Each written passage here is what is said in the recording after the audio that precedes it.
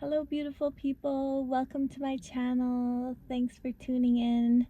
Today, I wanted to talk about the law of assumption and the Bible and the similarities between the two, and how I think this can help strengthen your manifestation power. As some of you guys know, I believe we're always manifesting 100% of the time.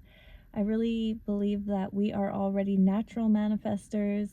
It's more about alchemizing and really getting clear on our desires and helping slowly align our thoughts to the things that we truly desire. So, more or less, bringing more awareness to the fact that we already are perfect manifestors and just tuning in to aligning those desires. And so today I hope you learn a little bit, and yeah, if there's anything that doesn't resonate, obviously take it with a grain of salt. We're all we all have our own built-in compass to what works for us, and I'd love to hear if there is anything additional or anything you disagree with. So yeah, I'm gonna just read some stuff I wrote down. So the first one Bible verse is Mark 11:24.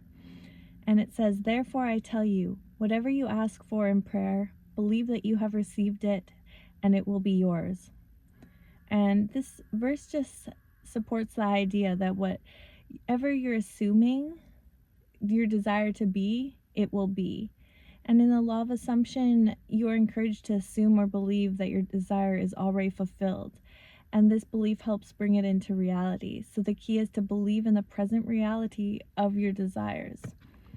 And I really think that with the law of assumption, why it works, or the idea and belief around this, is just the knowing and having faith that yes, whatever you believe and ask for, it is yours.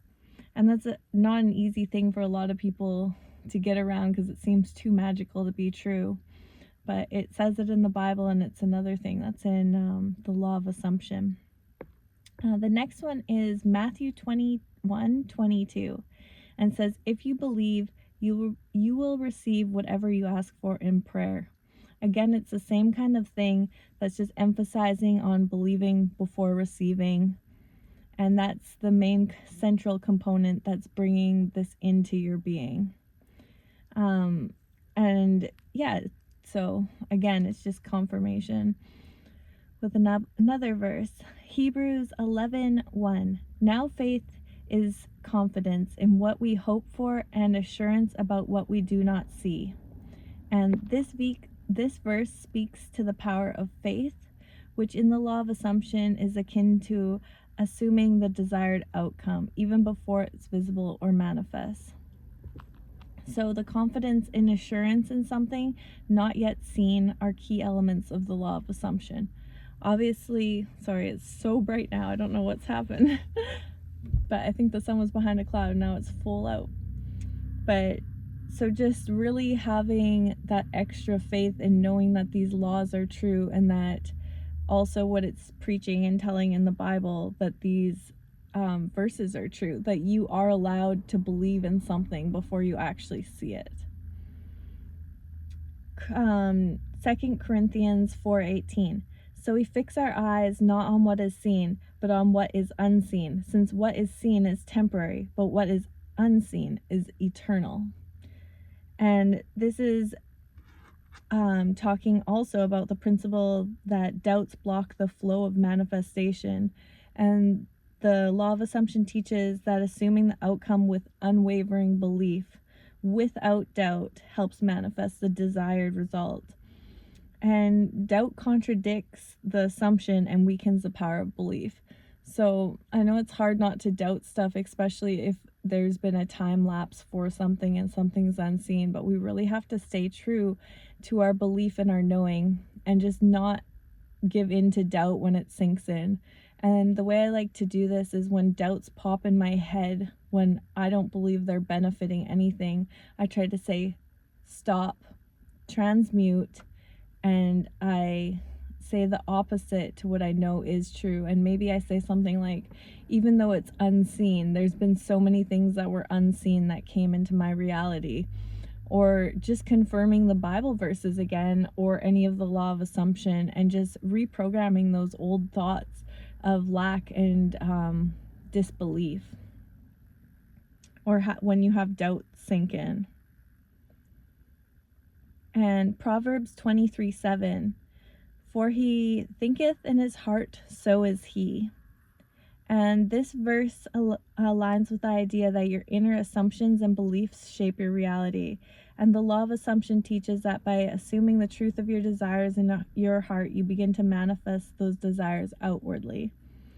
So I believe that for as he thinketh in his heart, so is he. So it's important to pay attention. If we think in our heart that maybe something that's not benefiting, like that we're always tired, for instance. If we're telling ourselves we're always tired or we're always sick, so we shall be.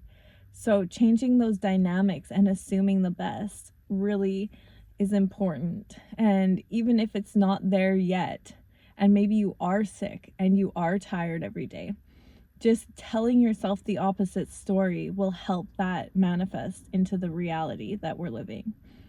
So it's really important to pay attention to what dialogue, what things are you telling yourself daily that are really not in your highest plan for your life and not actually helping you to your goal.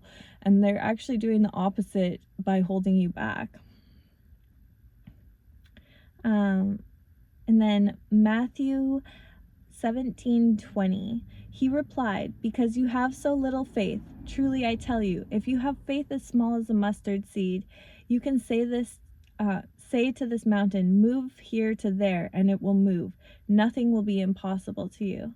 And this is such a beautiful speaking. And I just love the idea of knowing that you don't have to have a lot of faith, any knowing in these teachings, any knowing that you're a powerful creator. That is what it talks about with the law of assumption, is having that belief that you can believe in something and then see it. It doesn't have to be the opposite way. And if you live as you already have what you want, even before it materializes, that's the faith that you need to bring it into reality. And I know faith I always struggled with, because I was like, how do I make myself believe? How can I believe? And I put so much emphasis on that. And I've noticed more and more with myself that it's not necessarily more and more with the believing, but just letting go of fear in all forms, of just accepting that the fear is not helping me. That is what faith is just allowing myself to feel good, allowing myself to think positive thoughts, allowing myself to maybe think a bit out there, delulu, woo-woo type thinking. And the more I allowed myself to kind of live in a bit of a delulu of choosing my reality, it therefore shaped and changed way more into what I'm actually living, which is very abundant. I've attracted the love of my life.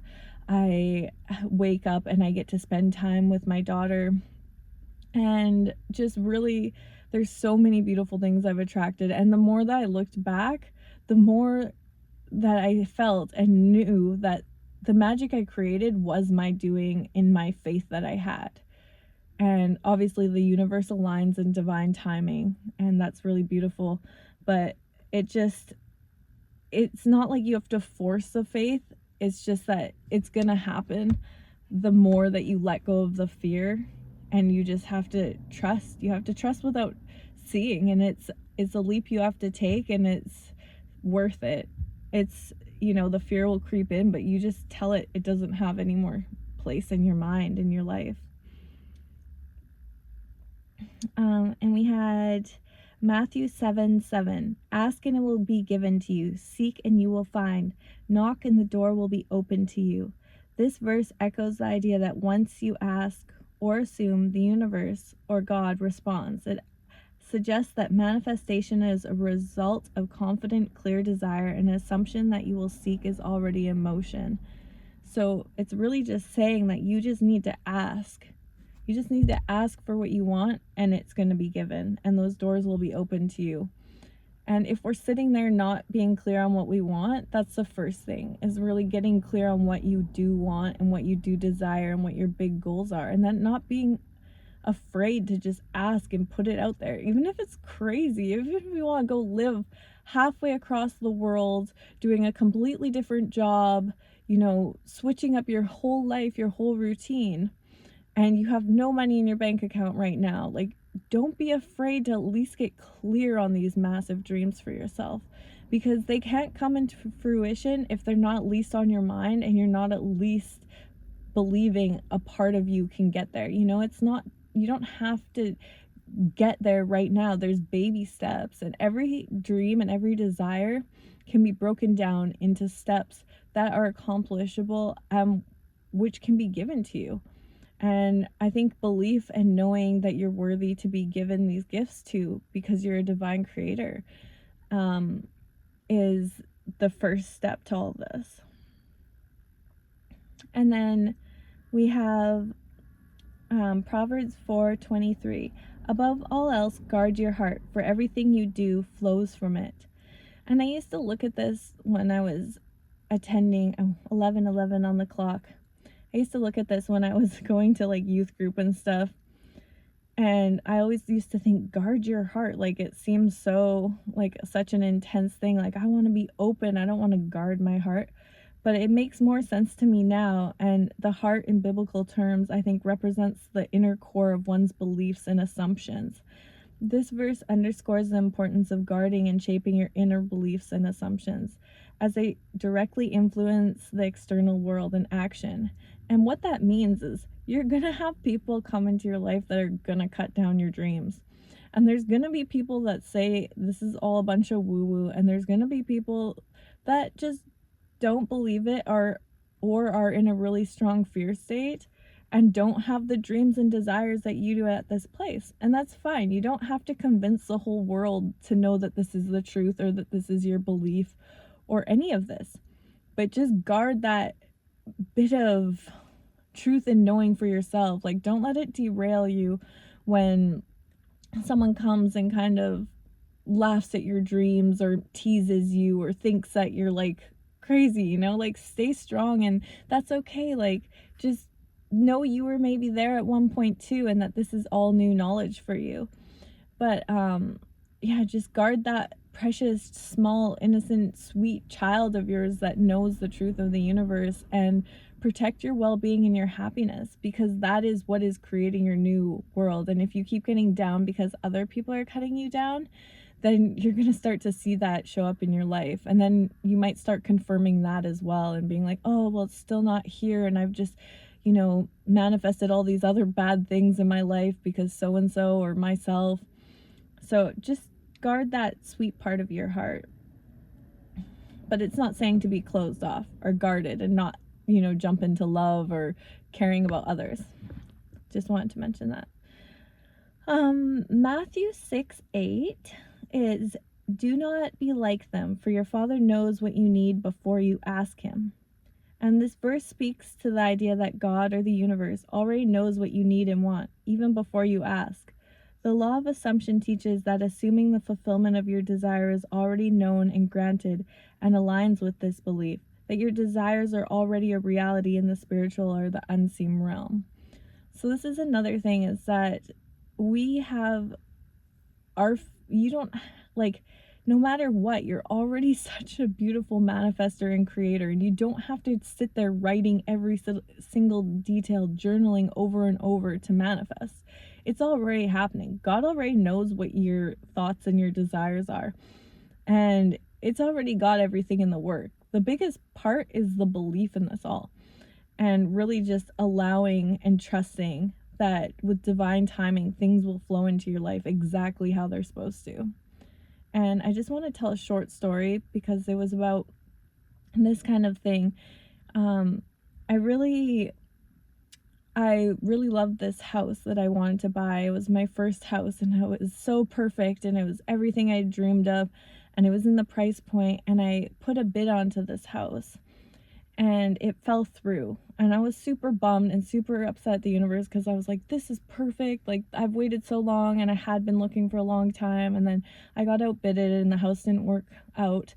Anyways, I found another house. It wasn't as close to what I had dreamed of this house, but it was a really beautiful house still. And it was a little bit further from downtown up on the hill. And anyways, I think it was 2 or 3 years later, this house that I had wanted, the first house, was completely underwater, like up to the roof. It had completely flooded. Our city had flooded so bad. It was so massive, like so much damage. And no one had insurance because they didn't actually cover flood insurance because I guess there's so much floods. And yeah, I had no idea, never even thought about that it was so close to the river and it was in like a lower part. And I was just so grateful because so many of my friends were sleeping on my floor and on my couch. We had like 13 of us at one point because so many friends had been flooded and out of their place to stay. It was just like such a crazy blessing, and I really felt the universe at that moment, like, this was divine timing and my house was perfection. And if I would have went with that other house, I could have been out hundreds of thousands of dollars and had nowhere to live and just an empty plot of land that would basically, the value probably went down quite a bit because it's now in a flood zone. But yeah, just a story of, again, sometimes what we're asking for and what we think is so clear isn't necessarily the truth, and God still knows what is better for you.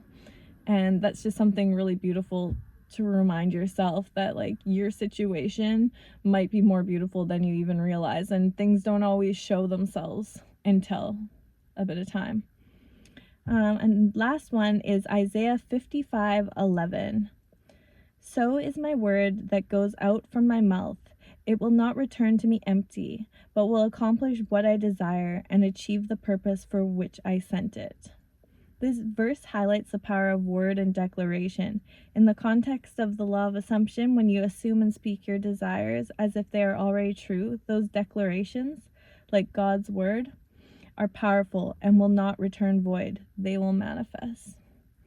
And yeah, this is what I wanted to share with you today, because I really just think another teaching, I had done a video on the law of attraction, which is another similar thing kind of to the law of assumption. They're a little bit different, but a lot of supporting Bible verses on both these things. And it's interesting to see all three works, and they all have a little bit of a different approach to what they feel, but they're all so closely related. And I really think that helps give belief and strengthen faith in knowing this. So I hope you liked my little spiel. If you like to give a thumbs up and subscribe if you want more tips and tricks on manifesting. Hope you guys all have a lovely day. Enjoy. Hope the sun shines for you, or the rain, whatever you prefer most. Much love. Bye.